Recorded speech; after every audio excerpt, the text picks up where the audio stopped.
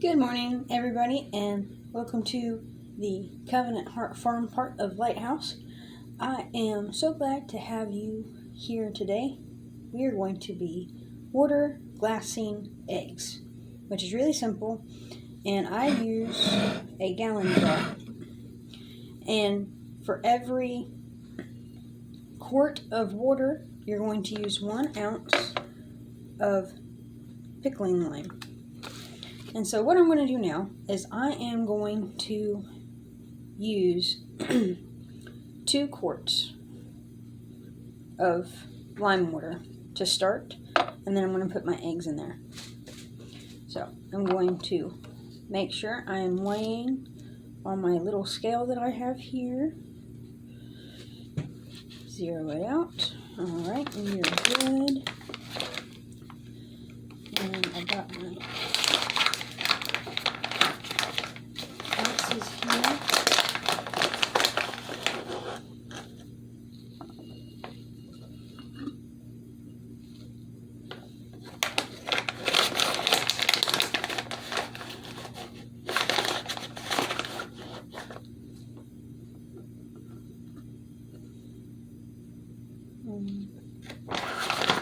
Alright, so a little bit over 1 ounce, but that is completely and absolutely okay. So now I'm going to add my water, and I'm going to put a lid on it and shake it up, and I'll be right back.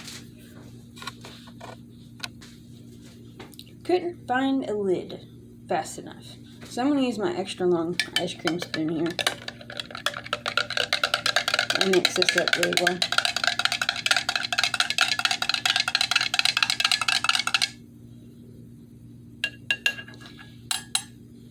Now I'm going to just pour this in to my gallon over here. Looks almost like milk. Okay, so now I'm just going to take and just zero this out. Zero. There we go. And I'm going to add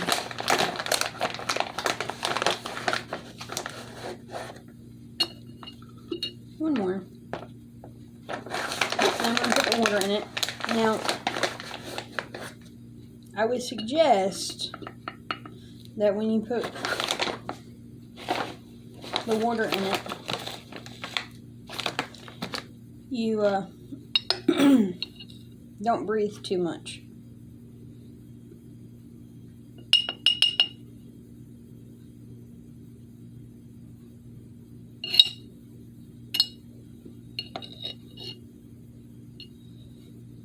And the reasoning is because you don't want to breathe in the powder. You know what I mean? Well, you can't see it on. Well, you could a little bit on the camera.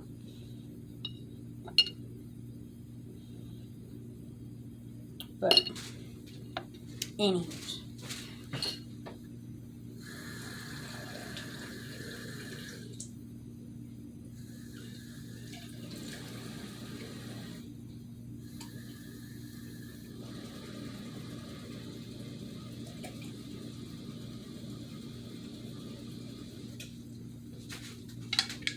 Alright, there we go.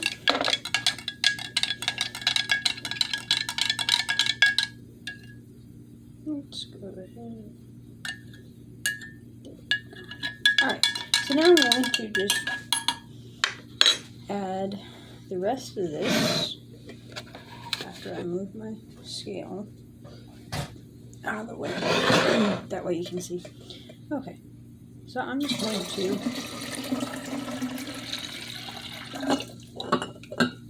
add my water. And I'm just going to stir it up really good. Now, there's some people that add their eggs before they do this. I just find this easier.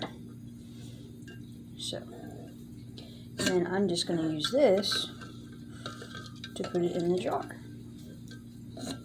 Then I'm going to put it in an area where there's no sunlight that actually hits it. So, and you just want to be careful to make sure that your eggs are clean, unwashed chicken eggs, not eggs from the grocery store. So if you know somebody who has chickens, you can get some eggs from them and just say you need them clean, because you can't wash them. They need to be clean, completely and absolutely clean. Okay.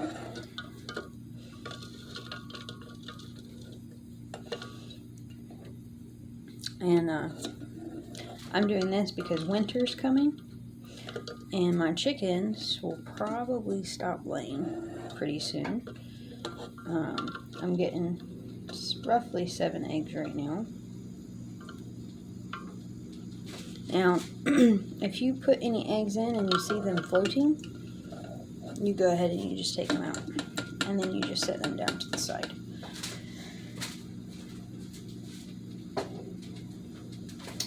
The egg should not float.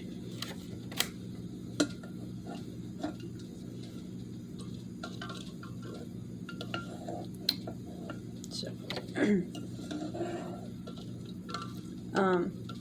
a floating egg in water means that it's either old or it was compromised somehow, and it got bacteria in it. So I just take eggs that float and I put them in the compost, or sometimes I just chuck them. So, and this is what you do. This is all you do right here. That's it. That's all you do.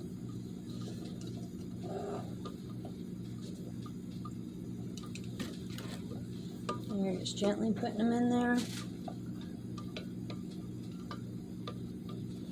and they will sort themselves out for you. And then after this sits for a while, what you'll notice is that it will become clear.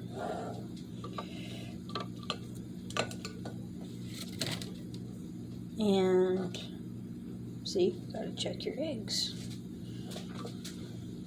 I'll use that probably later in the recipe after I clean it off. So,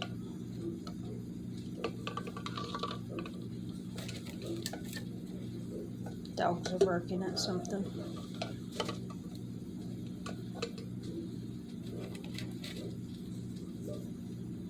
Stop. A few more.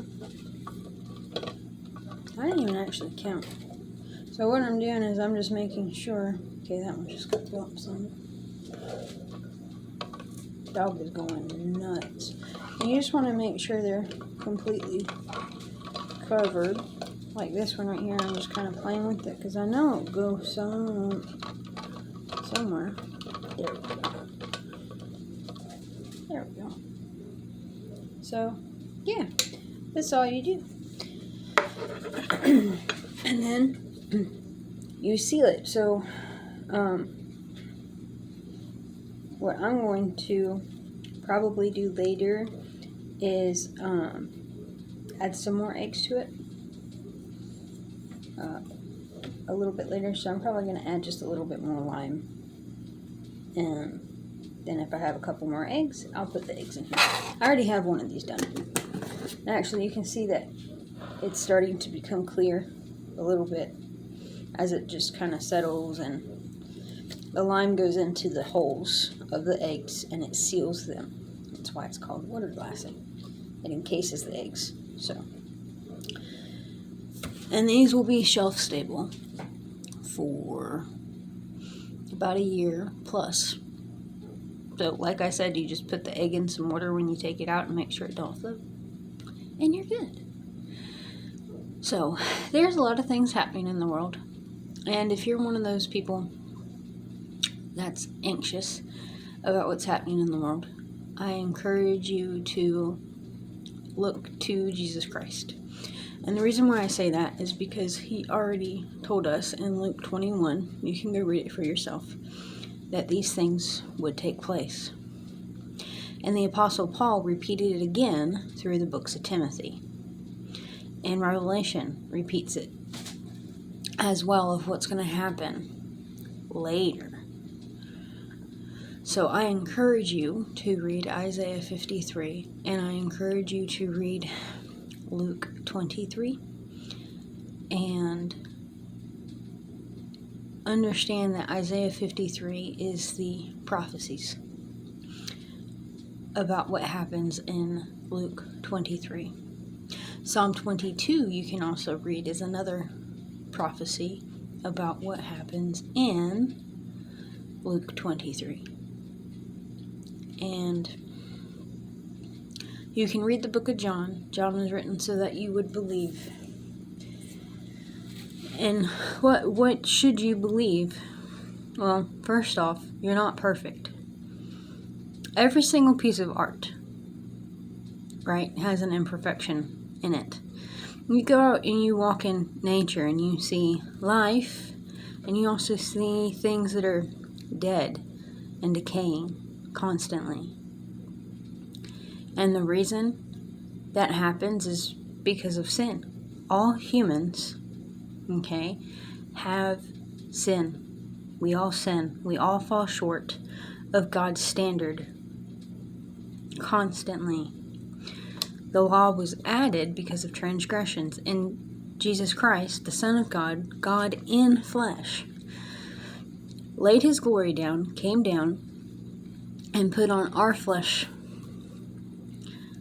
And he lived a perfect life for multiple reasons. One, so he could sacrifice his life to save us, to die for the sins of the world. For God so loved the world that he gave his only begotten Son, that whosoever believes in him should not perish, but have everlasting life.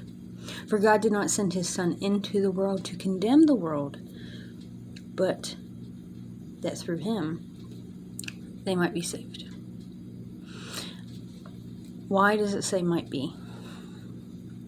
Because everybody has to make a decision. Believe in Jesus Christ as your atonement.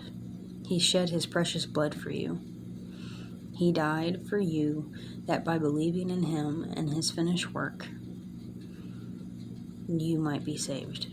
And he didn't stay dead. He rose again, proving that he is who he says he is. And if the resurrection didn't happen, then my faith and every other Christian that believes the same, our faith would be vain. But the thing is what I've noticed is I've lost absolutely nothing by believing in Christ. I've lost absolutely nothing by following him.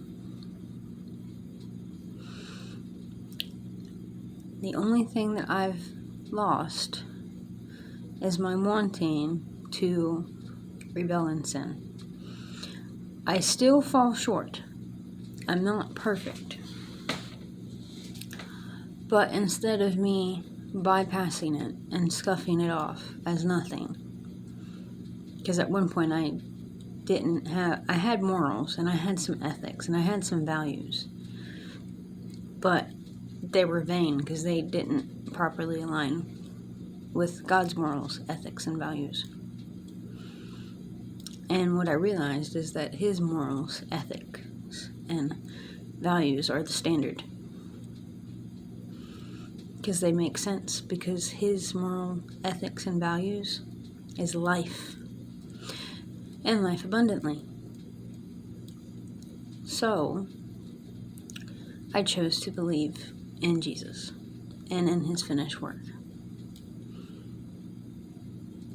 And when I do fall short, I'm convicted because I know what his word says. So, I'm asking you to simply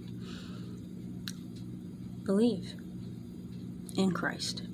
Because time is short, and you're not promised tomorrow. I'm not promised tomorrow either. I have 3 medical conditions, and one of them, maybe possibly 2 of them, could take me out at any moment. Suddenly, boom, no more Sarah. But I'm not scared of that fact because I know where I'm going to go. And my husband knows where I'm going to go. And my husband said he'll miss me, but He knows that I'm in a way, way, way, way better place. So, and we cried about it, and we cuddled, and we talked about it some more, and then we cried about it, and we moved on. So, I encourage you to believe, because once you believe and you realize that it's finished, right? And you rest in Him. You just rest. You just rest. Right? So, you just rest in Him. And you do good. Why? Because you love Him and you love others. And even the others that you don't love, your enemies, you still show them love because Christ showed them love by dying on the cross for them.